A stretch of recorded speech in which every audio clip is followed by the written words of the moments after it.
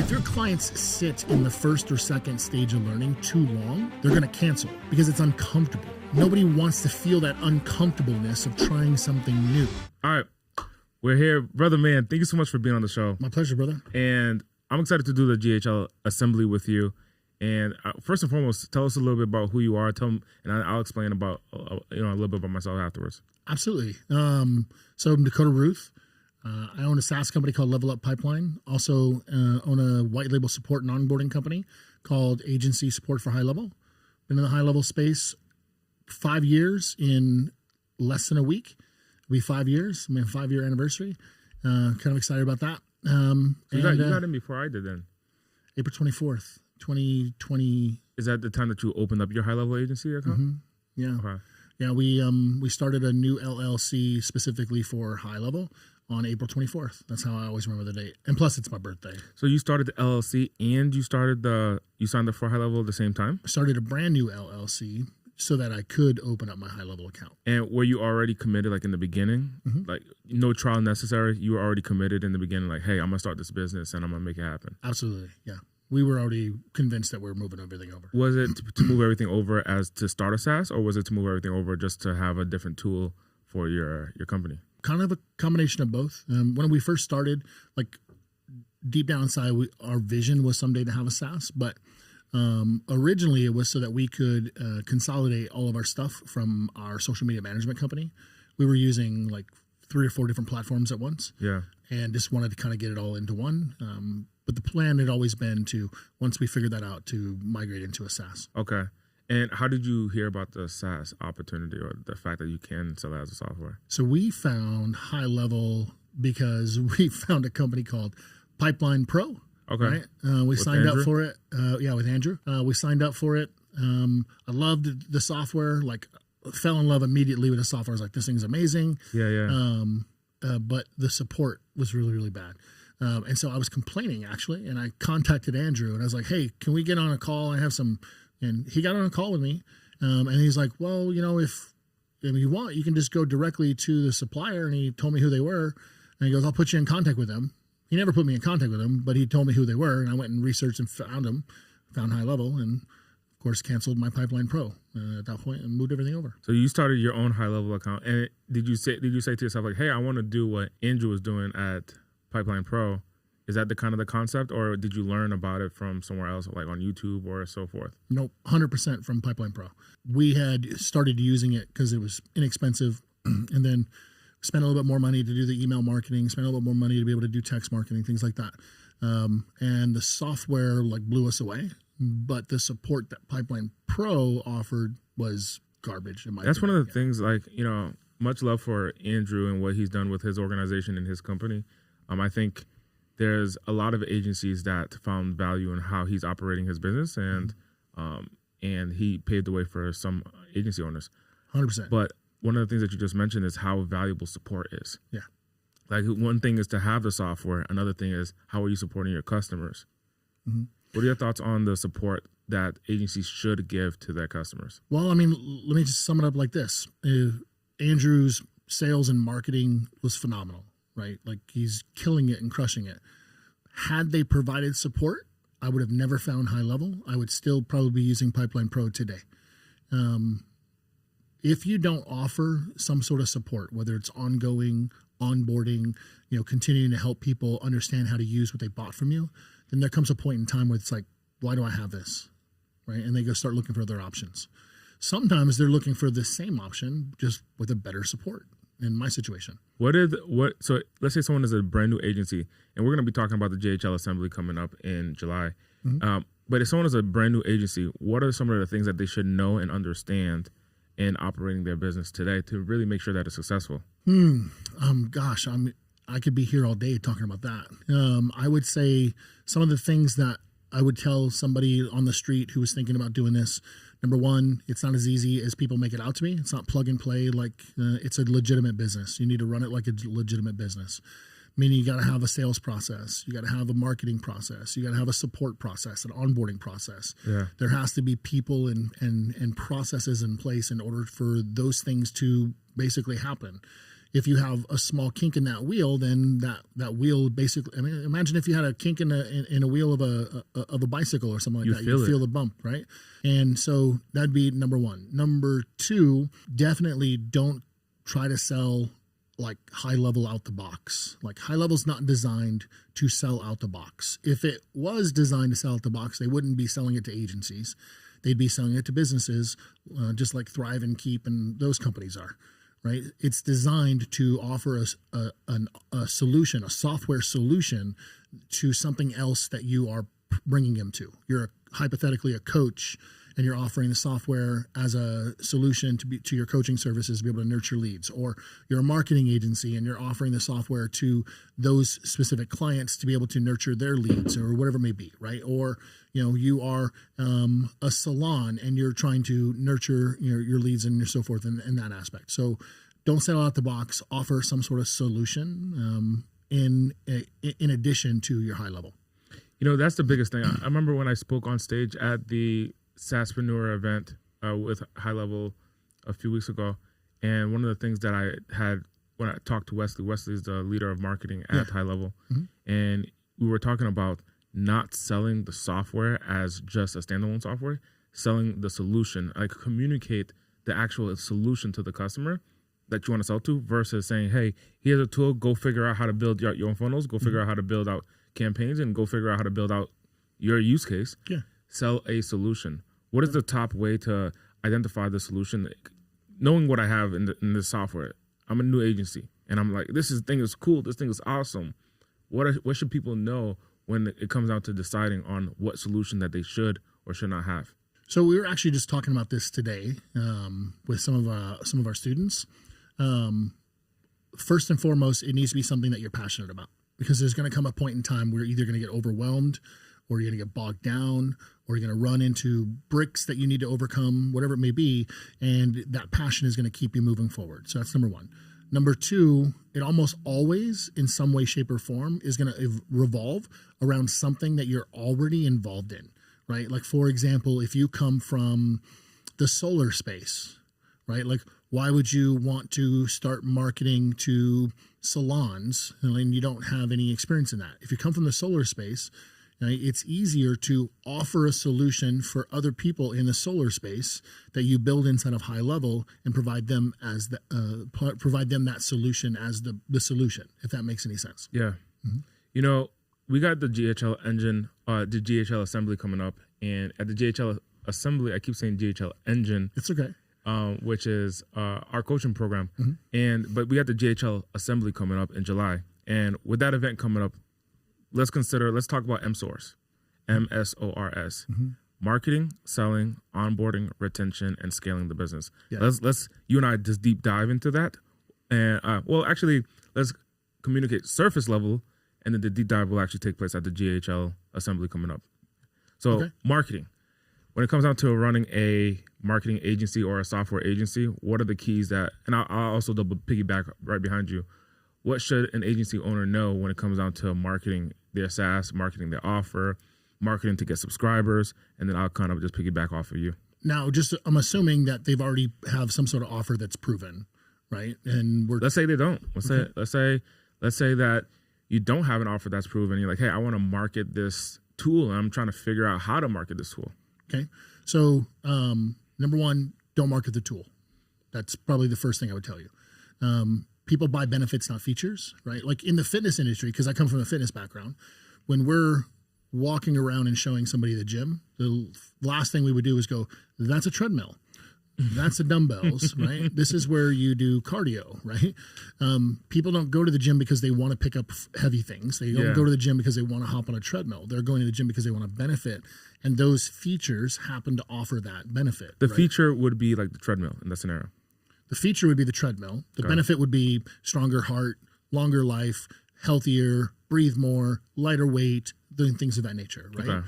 And everybody has their own motivation, right? So like you might go and hypothetically do cardio because you want to run a marathon, right? Where I might go do cardio because I want to lose a few pounds, right? So we all have our own motivations.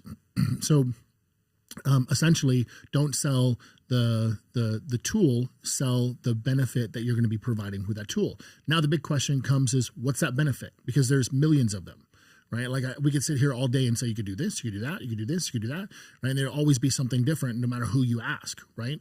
So whatever your benefit is, right? Whatever your solution is that applies to that benefit, that's what you should be marketing.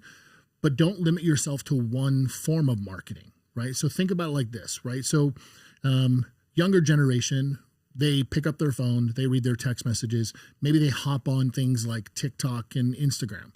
The older generation, they might not check their phone as often. They might check their email more, right? They might check their voicemail, where I would never check my voicemail, right? I have voicemails in there for weeks. Okay, so don't limit yourself to one form of marketing. Hit them from different avenues, presenting the same message, the same branding, the same offer, and so forth. So then what happens is, let's say you're sending them cold messaging, right? And the cold emails, the cold emails, they're not going to directly generate any revenue. They might, but let's assume they don't. Okay, so they don't directly generate any revenue. But then you run ads, Facebook ads or Google ads, to that same list of people that you're sending emails to, cold emails to. And then on top of that, you're having somebody call them, or an AI call them, and dropping them the same branding, same messaging, and so forth. Now they're getting hit from multiple avenues. And then when they finally pick up the phone and get on your calendar, they're like, man, I see you guys everywhere, right? Yeah. I don't know why, but I see you guys everywhere. And you're behind the scenes going, yeah, this is working, right? It's perfect. So one, sell the solution and the benefit of that solution. And then two, hit them from multiple different avenues. All right, so I know you're enjoying the video. I want to take a second to talk about the GHL Assembly happening July 10th, 11th, and 12th right here in Las Vegas, Nevada. Andy and myself are hosting a 3-day event where we're going to tactically teach you different ways to sell high level, okay? How to fulfill your high level without actually selling high level, okay? If you haven't already registered, make sure you click the link below to get started, and we will see you there. When I think about marketing, I think about sharing a message, identifying what is the outcome that you're looking to sell. Rather than saying, so like a message could be generate more leads. That could be as simple as that. But the outcome is the leads, and that just seems like more work. So I would even go deeper and communicate what do they actually want, which is booked appointments with qualified potential customers. Yeah. People who are so if I'm a doctor, what I really want is consultations. I don't want more leads. I want more consultations. Yeah. And then communicating how the tool, this thing called the software, can actually help me generate more leads and book up more appointments. Now, let's go to the next one, which is selling. So now we got the marketing down packed. So now we have a process to generate sales opportunities inside of our business, in our SaaS, in our software. Now we got to take them through a sales process. Let's talk about the sales process. I know I'm going to talk one-to-many webinars, but you can start off with the sales process. Yeah, so this is where, different styles come into play, right? Like you're a one-to-many kind of guy, and I can respect that. I wish I could do that. Gosh, it would free up my calendar so much. Like I wish I had the ability to do a one-to-many. It's just never been my area. So we do one-to-one, right? And it's not that our method is better than yours or your method is better than ours. It's better for us because that's what we're more comfortable with, and so forth. But yes, we sell in a demo situation where it's one-to-one, that we can answer questions and things of that nature. And I've seen some of your webinars, I've seen many of your webinars, and I wish I could do that. It's just never been our style. The reason the one-to-many thing is optimizing for the calendar, right? Yeah. And I remember in 2019, I had a jam-packed calendar. I had launched a coaching program for speakers on how to speak on stage, stage presence, how to determine their points, how to determine their stories on stage, and so on and so forth. And there's a lot of people who are interested in being speakers. Yeah. And many of them are still customers to this day, so 6 years later. And at the time, I was introducing them to digital marketing, and people wanted to get on a call with me. So I would have back-to-back calls every 30 minutes, because back then I was using Calendly, and that was the parameter I set up. Every 30 minutes I had a call. And there was a time that I had forgotten to add like lunch to my calendar. So from 8 a.m., and I sent the email blast. In one of my campaigns, I sent the email blast like, hey, if you want to be a speaker, we have an online coaching program. I'm not going to tell you how much it is, but if you're interested, let's schedule a call or a discovery call. And every 30 minutes, back to back. So that was approximately 9 hours. So 18 calls back to back. And then I did it the next day, and then the next day, and then the next day. And then this is around the time that I started to date Lori, my wife. Mm-hmm. And I was cool with going back to back on these sales calls. But Lori was the one that was saying, hey, what does our future look like? Did you eat today? She would say stuff like that. Did you eat today? You know, but she was also saying, like, what does our future look like? Yeah. If this is what you're inviting me into? Yeah. Because I remember being on Zoom calls in the kitchen table, and she would say to me, she's in the kitchen, and she would blend her drink, and she would say, I'm about to blend. And I would say, I would do this behind the camera, and I would say, one moment. And then I would ask the customer or the prospect a question. And then when they would respond, I would mute myself, and I'm like, go. And then she would blending. And it was like to that level. One of the things I promised her was like, we're going to get a house where it's big enough that you're not going to have to deal with this. So we're there today, right? I got a big enough house. But that's how we operated. And I remember going into my repertoire of skill sets. And I remember I used to fill up seminar rooms. Mm-hmm. And I said to myself, you know what? Could I use that skill set of filling up seminar rooms? So Les Brown, these motivational speakers, Eric Swanson, who just texted me right now, Sharon Lecter, a lot of these speakers, I'm filling up their seminar rooms. And then pandemic happens. My wife was already telling me, or my girlfriend at the time was already telling me, like, hey, we have to figure something else out. And I'm like, hey, let me double down with the seminar strategy that I did. Mm-hmm. But instead of giving a location of a hotel, let me give them a location for a Zoom room. And that's when I learned that was called a webinar. Yeah. And then I did my first one, which was a dud. Got no sales out of it. I forgot the PowerPoint presentation. You forgot it? I forgot the PowerPoint presentation. I remember I had the slickest lineup. I had my beard. I had grown the beard at that time. I wanted to look really, really nice for this. It was a big deal. I got a suit, the whole 9 yards. And then it came to the presentation. I'm like, oh, fuck, I forgot the presentation. So I didn't present anything, really, and I didn't make any sales. But the next one, I did get the presentation, got maybe a sale. I think I actually got 0 sales on the second one, but I kept at it. The third one got some sales. The fourth one got some sales. And it's been an uphill journey since. Definitely worthwhile because I compressed all of those people. Instead of 18 sales appointments in one day, I just said, hey, come meet me on Wednesday. Yeah. Some people will show, some people won't show. And the people who don't show, I'll just send them the recording. And during the pandemic, I remember there was a lot of people who just got a bunch of checks and the government gave a bunch of money out. And I did a webinar. And what dawned on me, because I had an event scheduled in Las Vegas to do. And the governor, is it Slack? I think that's the name. The governor of Las Vegas. Yeah. It was of Nevada, yeah. The governor of Nevada canceled all events. And I remember this, actually. Mm-hmm. So they canceled all get-together. And it was like up in the air. So I'm like marketing this event, but it was up in the air waiting for the governor to make a decision. He ends up making the decision. He's like, no events, no more than 10 people. I'm like, I got 200 tickets sold. And I remember saying, like, this was one of the moments in my career where I'm thinking to myself, do I really want to play this event game? Mm-hmm. And depend on my business depend on this in-person event game. Yeah. And I had done some webinars at that time, but it wasn't like what I am doing today. Like every week we have 6 or 7 webinars going on. Wow. And back then I said, I'm going to double down on the webinar game. And I took the people that were supposed to come in person. We did it online, did it a 2-day event. We called it a Brand Marketing Summit. And 2-day event. We did the lunch. We did the homework together. Okay. You separate in breakout rooms. We did all of that on Zoom. It ended up working well. $75,000 in cash collected. That's fantastic, man. And I remember closing my laptop at the end of it on Saturday night. So this was Saturday, probably about 6 o'clock at night. I remember closing my laptop and I went into the living room and Lori, my wife, is like there chilling, watching Netflix, and I just sat down with her. And the energy that I still embodied from being in the room was there. But I realized she had this calm spirit. My wife had this calm spirit. She's like, hey, like I didn't know what you were doing in that room.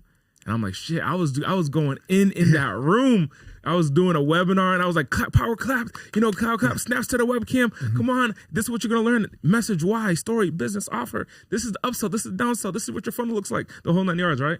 And I remember looking at her and I was like, I really just did that in the spare bedroom in our house. Yeah. I didn't have to travel. And that's when I really doubled down on the webinars game. And at what point did you tell her that you just did $60,000 in a day? I took her to Del Frisco's. I took her the next day. Del Frisco's is our steakhouse. Yeah. I took her to Del Frisco's. We got dressed, and I said, I'm going to take you out. I'll take you out, 75 grand. I said, I'm going to take you out. Yeah. And I took her to Del Frisco's, and it was good, man. And actually, I think I gave her like 10 grand. I think I pulled out. Go buy a new purse. Yeah, I think I gave her like 10 grand or so. Like I pulled into the parking lot, and I had the cash on me, and I was like, I just appreciate what you do, and got out the car, and then I went to the driver's seat, opened up the door, and I was like, here. And I think this was early in our relationship because we just moved in together. Yeah. And she was like, I don't know what I'm supposed to do with this. And it's funny because her family's like, you know, when you think about work, you think of, I think about going to the office or going to an office space, right? Yeah.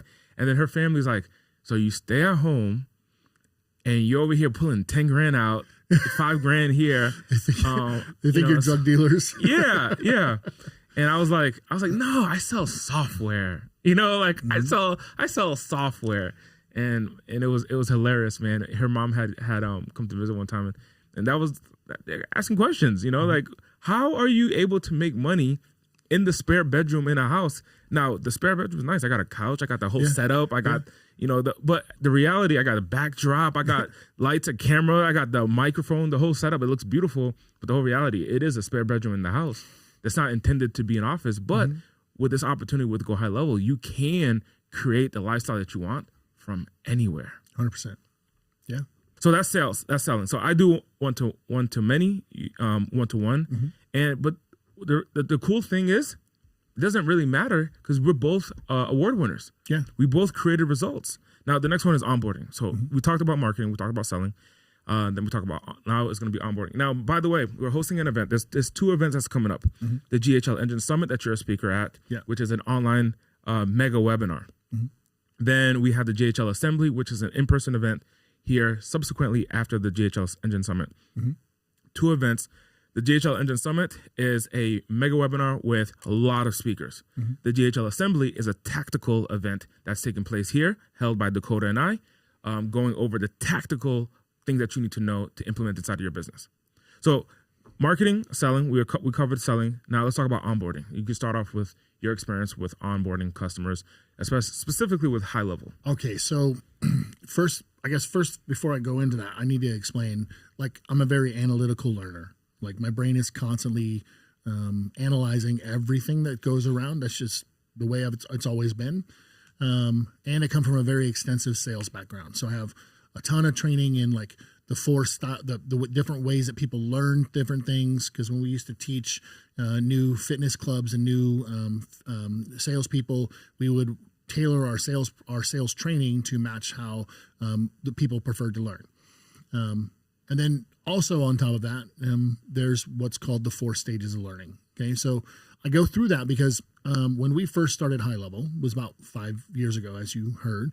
Okay, my oldest daughter was just learning how to drive. Okay, this is a big part of our onboarding experience.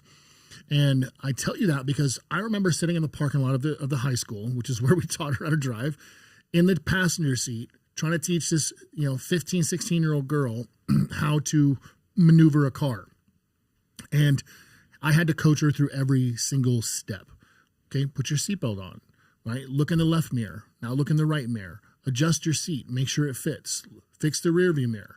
Put your hands on the steering wheel. Put your foot on the brake. Literally coaching her through everything because she didn't know enough to even ask questions, right? Often referred to as you don't know what you don't know, right? That's the first stage of learning that all of us start in whenever we're starting something new. This is why we stumble. This is why we, mumble when we're, trying something new for the first time, whatever it may be. Okay. Now, 5 years later, I can sit in the same passenger seat with that same girl who used to be a teenager. She's now 22 years old. And she drives fine. Right? She can talk to the passenger when she's driving. She can drive with one hand. She's got her seatbelt on. She's listening to music, calls coming or texts coming through or calls coming through on her phone. She can just ignore them and do her thing. And if somebody swerves in front of her, her brain, her body, everything communicates at the same time. In an instant, she can swerve, slow down, whatever, right? She's now in the 4th stage of learning, okay? Your clients, what we learned the hard way is that if your clients sit in the 1st or 2nd stage of learning too long, they're going to cancel because it's uncomfortable, right? Nobody wants to feel that uncomfortableness of trying something new, right? It's like when you go to the gym for the first time, you've never worked out before, and you start working out, your muscles hurt. It's uncomfortable, right? A lot of people never make it past that hurt stage because they don't like the way their muscles feel. They're sore and so forth, right? So the longer they sit there, the greater chance that they're going to cancel. So when we first started, we didn't grasp that concept, and we put everybody through an hour worth of training. And I think I've told you this story before. We lost 17 of 39 sub-accounts in a single month. Okay. And our sub-accounts were paying it was $46,000 we lost in 1 month. Okay. Some of them were paying $1,500 to start. Some were paying $3,500. And when you lose $46,000, like, you have to refund $46,000. If you're smart, you go, what did I just do? Like, what's wrong here? Right. So what we did is we reached out to everybody one by one, started picking up the phone and calling them. And all of them gave some version of the same story. The words were different, but it was the same version. It was like, it's too complicated. It does a lot. I'm sure it's great. I won't use most of it, right? It was a little overwhelming. I don't have time to learn a new system right now. These are all things that they would say.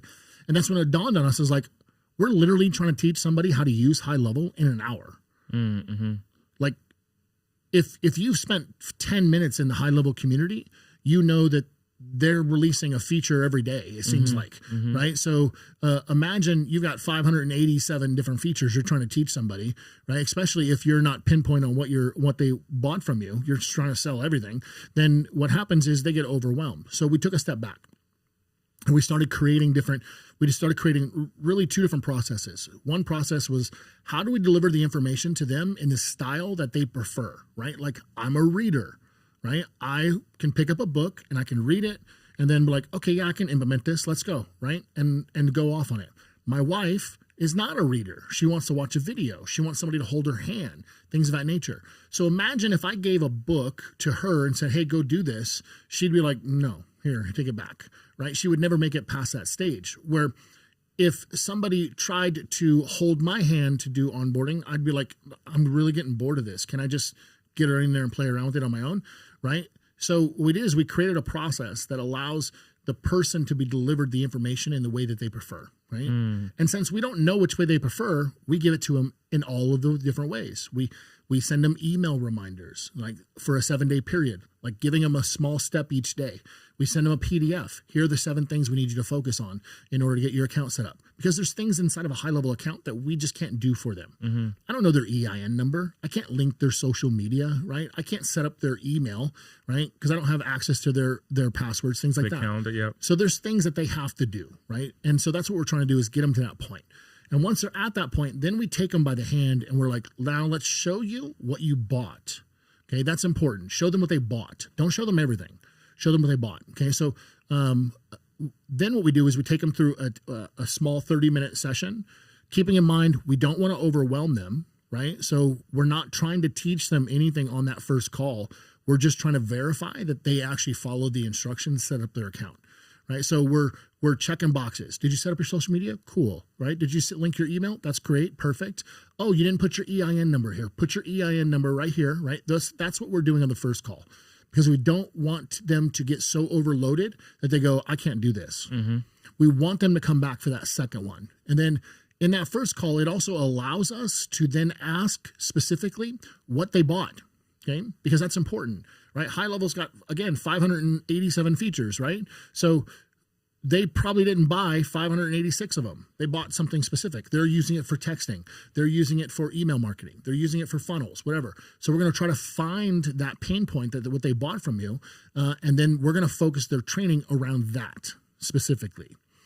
And then, of course, we invite them back for a third session and a fourth session, and progressively start teaching them more throughout each one of the sessions. So that at the end of the 4 weeks, right, we've now got them fully onboarded and that kind of thing. Now, in most situations, full transparency, usually they're somewhere near the end of stage 2, beginning of stage 3 by the time we get to that 4th session. So what we started doing is introducing ongoing weekly training. Like, now you're onboarded, you're ready to go. This week, we're going to focus on funnels and websites. You can attend the sessions. Here they are. Next week, we're going to focus on email and SMS. You can attend the sessions. Here they are.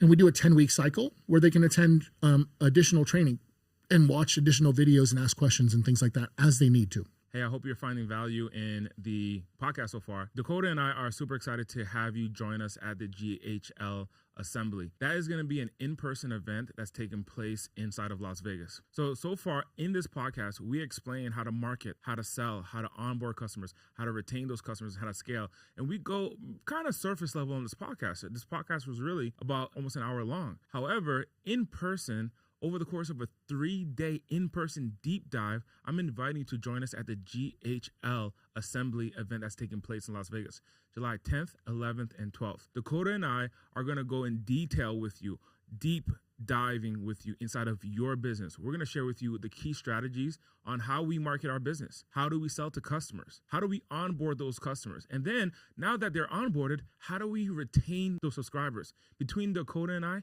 is thousands upon thousands of subscribers and customers. You're going to learn those key strategies so that way you don't have to spend the last 6-7 years or the next 6-7 years doing it yourself, trying to figure it out. So you're going to learn how to market your business. You're going to learn how to sell. You're going to learn how to onboard and retain those customers. But most importantly, you're going to learn how to scale your business so that way you can make more money and take your time freedom back. Down below in the description, there's going to be the link to go to learn about 2 events. The first event is the GHL Engine Summit, which is an event that Dakota and I are speaking at, which is a mega webinar, which is an online webinar. And then the second event is going to be the GHL Assembly. And at the GHL Assembly, it's an in-person event in Las Vegas. All the information is down in the description. Without further ado, let's get back to the podcast.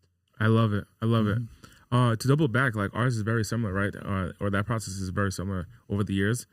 One of the things that I want to add on to that is the value of client success. Well, a few years ago, well, first and foremost, when I was doing I still do webinars. So in the beginning of my webinar journey, a relationship that I had from the seminar space which was to Keep, formerly known as Infusionsoft. So we would fill up seminar rooms for Infusionsoft as well. And I remember in 2019 or so, we were in the middle of a contract, and they paused the agreement. And when I say pause, they were just dilly-dallying, taking time. And I was wondering what was going on because this was not like Infusionsoft. And when they did that, what I discovered was the letterhead changed from Infusionsoft to Keep. And they were in the middle of a rebrand, and they were deciding, like, it was in real time, what's the name of the company going to be moving forward? And the executive leadership team was going back and forth. So they ended up deciding, like, hey, we're going to move forward, and we're going to call it Keep, 2018, 2019. Now, pandemic hits, and I reach out to them, and I said, hey, this is what I'm doing. This is how I'm pivoting. You guys sponsored my event going into the seminar, but COVID took a hit. Do you want to do something digital? And they're like, let's try the digital route. So they agreed, and I told them what the layout was going to be. Very similar to the seminar. Yeah. Everyone in the audience looking, they're muted. You speak, you can ask questions. I'll unmute, and I'll have someone there to can manage the room. And they were like, yeah. So my buddy Darren Adams, shout out to Darren, and Ray from Keep, they were very supportive of that transition. Okay. And they rocked with me for years. Now, on that journey, what ended up happening is the webinar game was actually better than the seminar game, the in-person seminar game. Wow. Because the seminar, I had 13 cities lined up. I had Houston, Dallas, Miami, Atlanta, Boston, North Carolina, Charlotte, North Carolina. I had a bunch of 13 cities overall. And I just took that energy and that effort and the people that I had outbound calling and the BDRs and the business development representatives and just put them all onto this one online event a month. And people were coming to this event. The results were better. Now, what ended up happening is Keep at the time, they weren't, I'm sure they could have done their own onboarding, but they were outsourcing it to third party for fulfillment. And there was a time that we overwhelmed the fulfillment. So that we were getting so many sales, and we had a killer sweet deal to come in, and then plus on top of that, so I was selling Keep at the time. I didn't know about high level. High level didn't exist to me at that time. I was selling Keep, and we would add on our version of a template on top of it. Our version today, we call it a snapshot, but back then it would just be our template. It would be our funnels, our automations, our workflows, and so on and so forth. And customers needed to be onboarded on that. So the third-party vendor was like, hey, hold on. We're not ready for this. And I had a problem. Now I'm getting paid on the sales on the back end of how many people I sell. And I'm like, well, do I just sell less? That's not an option. No. So I went to Keep and I said, hey, can we do the onboardings internally? And they said, we'll train you. If you say yes, we'll train you. So we cut out a deal and I did the onboardings internally. My wife, which is now my wife, back then I think she was my girlfriend, she was heading onboarding. So we went through the whole process of training. We hired onboarding specialists.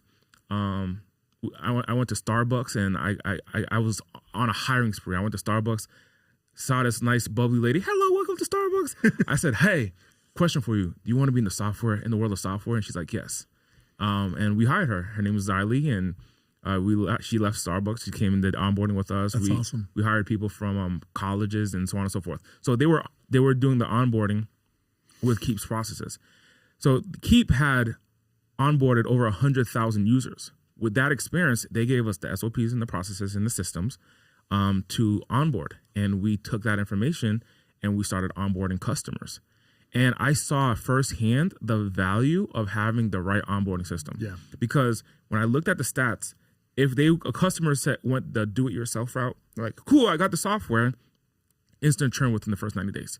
At some point in the first 90 days, instant churn realistically around day 52, which was they just paid their second bill and they're like, is this worth it? Mm-hmm. Yeah, is this worth it? You know what? And then I got an email alert that my bill's going to be coming up on day 60. Hey, cancel. And that's churn. Mm-hmm. The cancer for, if you're running a high level white label, the cancer is called churn. That's mm-hmm. like when the ultimate no. That's where you go zero.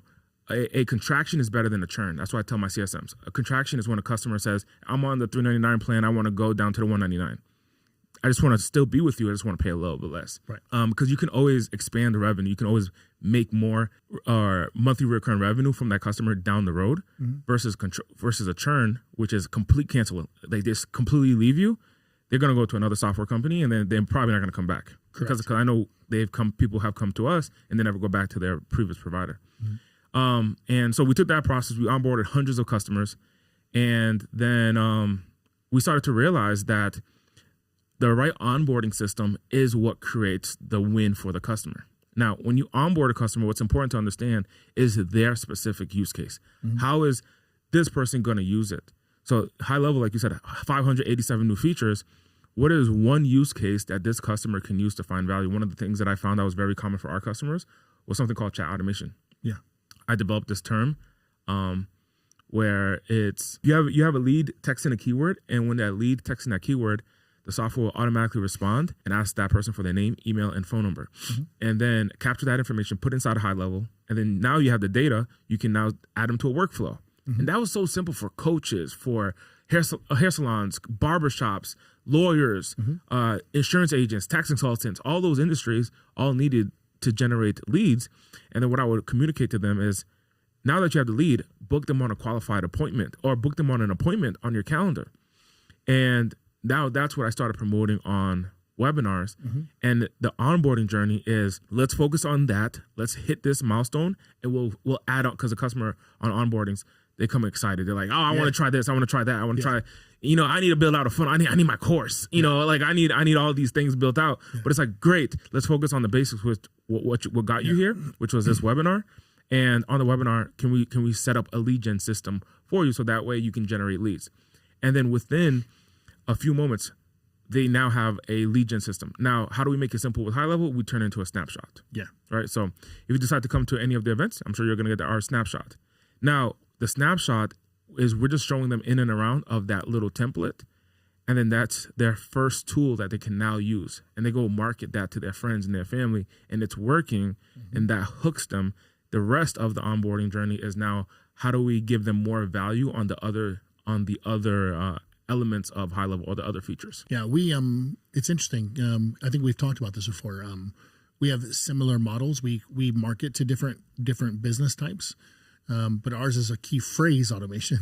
Key phrase? Yeah, because we don't set up a one word. We use an entire phrase, and that phrase is relevant to the business. In our situation, restaurants mostly, and so it might say, yes, I want 10% off my bill at Broken Yoke, for example, and then they'll text that in, and then we take it a step further and we set up an automation through a QR code that actually populates that exact phrase into their phone. So we don't have to worry about, typos or any of that kind of stuff. They just literally scan it, boom, puts the phrase into their SMS app, and then all they have to do is hit send. But then it does nearly the identical. It'll capture their name, their phone, whoever has their phone number, and it captures their name and their email and things of that nature, and then sends them a success like, congratulations, here's your 10% coupon, show this to your server, and the server takes the 10% off the bill, and now we have a new lead in the system for the restaurant, and there's a win. Mm-hmm. That's awesome. And so now we discussed marketing, that's M. Then S was selling. Mm-hmm. We discussed onboarding. Now let's talk about retention, and then after that, we're going to talk about scaling. Yeah. So retention, tell us your take on customer retention. Well, I mean, think about it like a revolving door, right? So if you, like, I have this MRR calculator that we give away to people, and I was just doing a calculation similar to this situation just the other day, where if you have a lower ticket item, right, call it $99 a month, and your retention's at 10%, okay, it literally will take you probably 2.5 years to get to the same point if you had a higher ticket item, and that same retention was like 5%, right, or 4%, right? So where you bring your cancellations down, right? So essentially, think about it like this: if I'm bringing in 10 people, but I'm losing 3 every single month, I have a 30% cancellation rate, right? A 30% churn, which means I have a 70% retention rate. Okay. Now, if I do that again next month, right, I have 7 from the previous month, I have 10 from the new month. I know I'm going to lose at least 3 of those, but that number continues to grow, right, every single month. So month 3, month 4, where yes, I might still be bringing in 10 people, I'm no longer losing 3, I'm losing 4, I'm losing 5, and so forth, because I haven't got a grip on why is it going out the door? Be like driving down the road knowing that the tire has a hole in it and you never pull over to get it fixed. Okay, I'll just fill it up, right? Put more air in it. And then tomorrow, like, my tire's got a bigger hole in it. I got to put more air in it. Now, instead of filling it up every couple of days, you're having to fill it up every day, right? Similar concept, right? Obviously, we're talking about tires versus cancellations. But if you have as many people leaving as you do coming in, you're going to constantly be going around in a circle. You're never going to get up ahead. I found that exactly what you're saying to be 100% true. And I didn't know, transparently, I did not know the hurt I was causing in my business by not putting attention on retention in the first place. When in the beginning of my monthly recurring revenue career journey, this really started for us in 2018, and I had a coaching program called Progression Monthly. And Progression Monthly, I got customers. I'm like, okay, great, make it passive income, and I was excited about this passive income. But then month 3 started to come around, and I'm like, why are you canceling? I thought, it's recurring and it's low ticket. Like, you should stay. You should stay with us. And people were like, I'm not getting any value out of this. And what I did was I gave a course. I created a course in my studio, and I just gave them access to the course, and that was kind of it. No, I didn't have any relationship with them whatsoever. There was no community whatsoever. It was like, here's 60 videos. Have at it, compared to like YouTube, which is like, hey, it's free. Yeah. And for years, I've been trying to figure out, like, what is the thing that's going to keep people sticking. And what I found was you need to be able to deliver your product that you promised in the first place. And then number 2, the relationship that you have, the consistent relationship. 100%. One of the things that I failed to do is continually keep customers. Like every morning I wake up, I get a new message from Sean coming at you with a new video, right? I go on Facebook. I'm like, oh, this is something new. I wasn't even doing that for my customers in 2018, right? Before High Level, I wasn't doing anything of that nature to stay in a relationship. And today it's completely different. Every day we have weekly calls. Monday through Friday we have calls every single week. And then my team, who's an extension of me, is trained on my way of thinking, my way of being, where they are making decisions based on our core values that I designed in my company. So my customers are experiencing a level of Andy, a level of this mindset because of, so the point is there's constant relationship. There's never a time with any customers that we're not in their inbox, or we're not in their text message, or we're not making a phone call. Yeah. Was that? Stay in front of mine. Yeah. We call that TOMA, right? Top of mind awareness, like just staying top of mind. So when it comes down to retention, one of the key things is to continually be in relationship with your customer throughout all the platforms that they're on. Absolutely. In the fitness world, in the fitness world is where we kind of came up with this phrase, but it is easier to keep a customer than it is to go find a new one.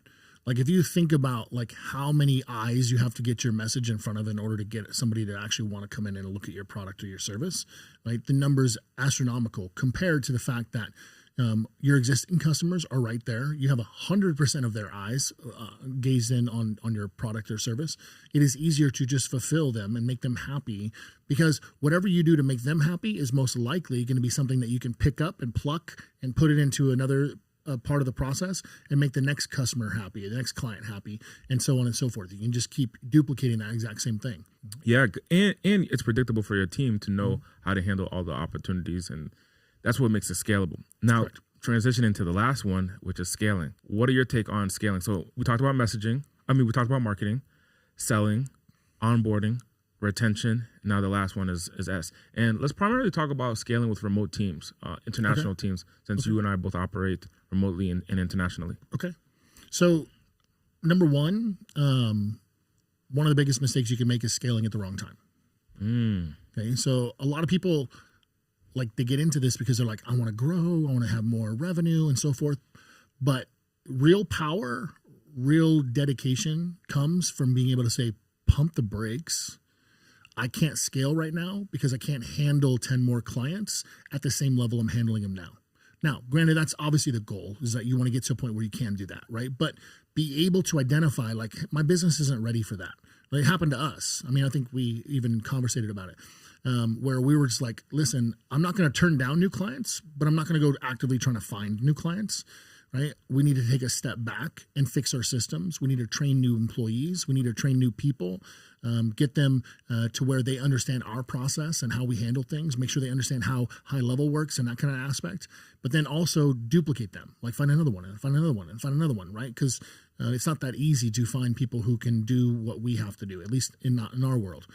Okay, so then once we identify, okay, that was something that we've solved now we're ready to go scale, right? And it becomes one of those things where, just because, you find a process that's working, right? You don't want to just start doubling your marketing budget or tripling your marketing budget and so forth. Now, granted, you might want to eventually get to that point, right? I'm not saying don't do that. I'm just saying you need to be able to identify when is the right time to be able to scale. Okay. Now, once you've identified that, right, can you handle the workload, right? Now, be able to deliver what you promised that you're going to be able to you're going to be offering your clients and your customers. Very valuable. One thing I want to add on is the element of an executive assistant. I think so many people miss out on the opportunity of an executive assistant. I missed out on it until you said, "Hey, what are you doing?" With the executive assistant, right? When I look at my calendar, I'm like, there's a lot of space that's taking up because of personal activities that could be allocated to business opportunities. 100%. And it's something simple. One of my mentors, Sam Bakhtiar, he owns 100 gyms. He owned 100 gyms. He's no longer here with us. And I used to go to the gym every morning and train with him, and we would work out, and I would see his way of being. I would see his schedule, his calendar, and I would say, man, you don't wash your own car. And he's like, no, I'm not going to wash my own car. He had like 6 or 7 cars. One of them, a Rolls Royce, another couple Lamborghinis, Corvette here, BMW there.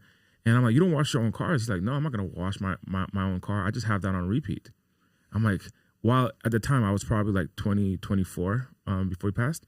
So at the time, I'm like, oh, I thought I was supposed to like wash my car. At least that's what my parents taught me, my uncles taught me, and so on and so forth, right? And then we were hanging out in his studio one time. I was his first podcast. It was me and then Grant Cardone right afterwards.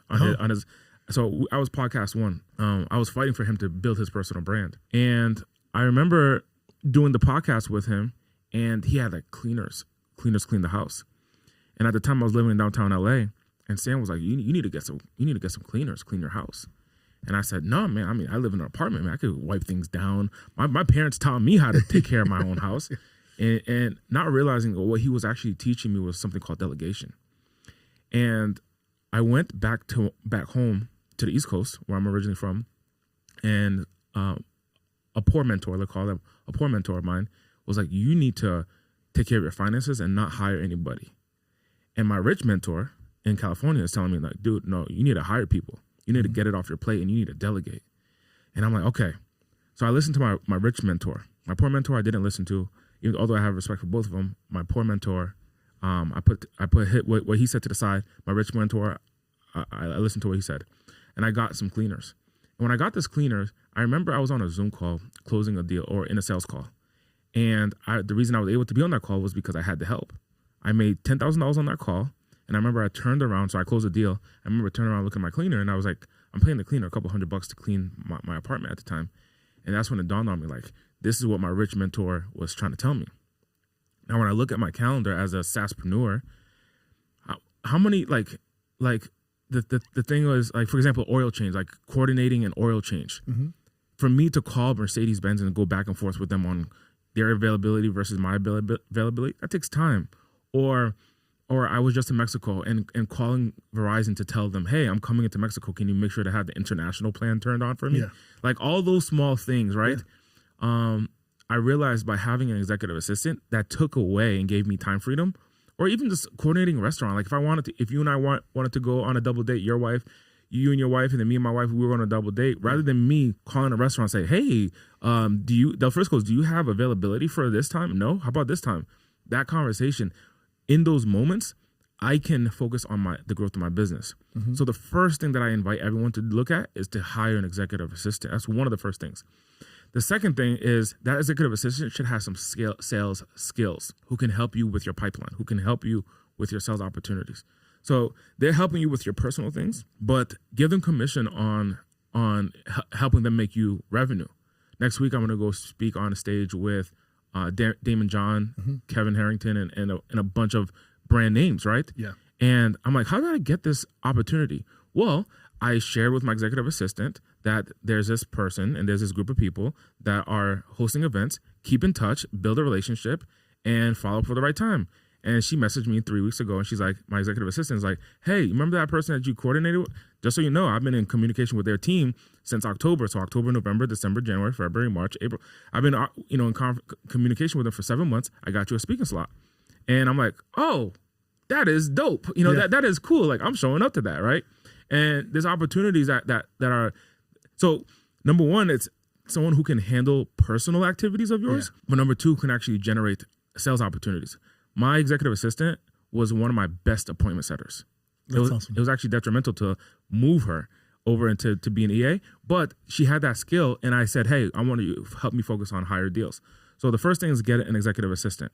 The second thing after that is get a sales assistant, the person who's going to manage all the sales opportunities for you, manage your pipeline, manage inbound leads. So as soon as the lead comes in, they're calling that person and saying, hey, I just saw that you opted in for a free ebook. I saw that you just opted in for a free webinar.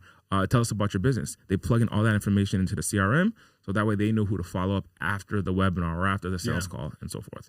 So the first two roles that I suggest when someone is at a point of like, hey, I want to grow this thing, is an executive assistant with sales skills, and then a sales assistant who's the full role is based on sales and their KPI is on revenue. Yeah, I love it.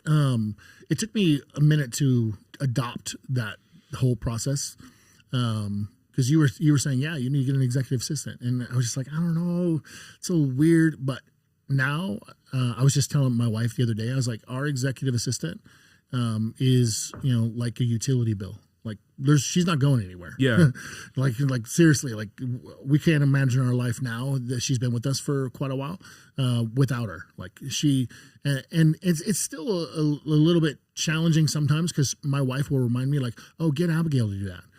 Like the dog, for example, right? He gets a monthly shot for allergies. And I was like, yeah, I think he's due for his allergies. She goes, oh no, I already had Abigail schedule it.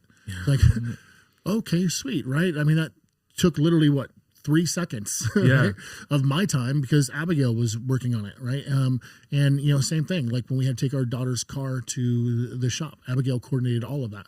Right. And you're right. It freed up my time, allowed me to hop on demo calls, and allowed me to, coordinate with the team and build training materials and coordinate with my clients and so forth. So 100% agree with you. It's still a new thing for us. We've been doing it now, 6 months or so? I remember when Abigail got hired. Yeah. But you took the leap and you did it, right? Yeah. It was game changer. I remember I was on my way. I was in California on my way to the airport, and I took a trip. and I was headed to the plane. Now this plane was on the tarmac. It's a jet to go from California to Vegas, and I missed it. It's a charter flight, and I missed it because I thought, I'm not a rookie into living in Los Angeles, but I believed Google Maps at the time. So Google Maps said, hey, it's going to take you 90 minutes to get to the airport. So I said, oh, okay, sweet. Yeah. So I was at a seminar, and I stayed at the event a little bit longer than I should have. And then I get into the Uber, and I'm like, hey, we're going to LAX. And as I look at the Google Maps, it's like 1 hour and 1 hour and a half. And I'm like, okay, cool. Close my eyes for like 10 minutes. And I open up and I look at the GPS, and like 2 hours and 10 minutes. And I'm like, hey, bro, did you change the address? and he's like, no, it's going up because there's more and more traffic because it's near 5 o'clock. And I remember saying, oh, shoot. I set it up exactly for me to arrive 10 minutes before my flight because it was a jet. Yeah. And I was like, okay, I'm in trouble. And here's what I did. I called my executive assistant and I said, I have a meeting with the CSM right now, client success manager. I have a meeting with the CSM and I'm going to do coaching in 5 minutes. But here's the situation. I'm going to miss this flight. I need to get home tonight. Yeah. Figure out how to get home tonight. And my executive assistant coordinated it, found the flight for me to arrive to LAX, paid. She has my American Advantage number. She has my credit card number. She paid for the flight, booked me for that flight. And then I got home. She booked my Uber and I got home through American rather than the jet. I got home through American, and I said I could have been stuck. And on top of that, I would have been in the back seat going, "Hello, American. Hello, this company. Hello." And instead, I got the chance to just focus on the business. And I was coaching my client success manager on what they should do to retain customers, give customers more value. Yeah. And in that moment is a prime example of when you're scaling your business. That's the difference between someone who is like, let's say someone is making like 25 grand a month, 30 grand a month. That's the difference of what's going to take you to 50 grand versus you staying at 25 grand is like, you're the one calling the airlines. You're a great salesperson, but you're the one calling the dog groomer. You're the one calling the car wash company. You're the one managing all of these elements. When you get that off of your plate and you delegate, and those are some of the things that we're going to be talking about at the GHL Engine Summit and the GHL Engine or the GHL Assembly. Yeah. Tell us about the vision of the assembly. So the vision is just to provide clarity to people on what to sell, how to sell it, who to sell it to, where to get your leads, the whole process, how to fulfill it. At the end of the 3 days, the vision is that you can take somebody who's really they love the high level idea, they want to be a high level agency, they just don't have a clear path on where to go and how to accomplish that. And that's what we plan on laying out, right? Like you have your resources and experiences selling one to many. I have mine selling one to one, right? That's how you sell it. But now what do you sell? How do you fulfill it? Where do you get the leads? Where do you get all those things? And we're going to talk about multiple different ways to sell a solution outside a high level that is fulfilled inside a high level. And I'm excited to be a part of that and to create this event with you. And my vision for the event is the tactical knowledge. There's so many events. We have the GHL Engine Summit, and that is I don't know if the right word to use is like topical, where we're bringing in so many speakers. Yeah. The co-founders of High Level is going to be a part of this. Some of the leaders at High Level is going to be a part of this. Matt Decino is going to be a part of this. Dakota Ruth is going to be a part of this. Andy Audate is going to be a part of this. HL Pro Tools and a bunch of other members who are killing it and go high level in the high level space is going to be part of the GHL Engine Summit, which is an online mega webinar. Now, a couple weeks after is going to be the GHL Engine or the GHL Assembly. And the GHL Assembly is the tactical experience. It's we're in there. You got the tables in front of you. You got your laptop in front of you. You got your notes, and you're going step by step for your specific business to implement this. Not only the training, but to implement systems and strategies and processes to implement inside of your business. I think that's going to be the difference.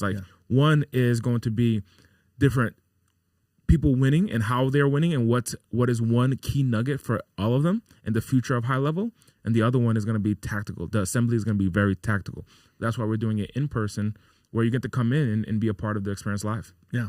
And we're going to do breakout sessions, and we're going to be role playing. We're going to be basically utilizing the tool, showing you how to build things, showing you how to sell it, how to fulfill it. It's going to be hands-on. So down below on this webpage or Or if you're currently on YouTube, down below, you'll see the link to join us for both events. I'll see you at the events. Bye for now.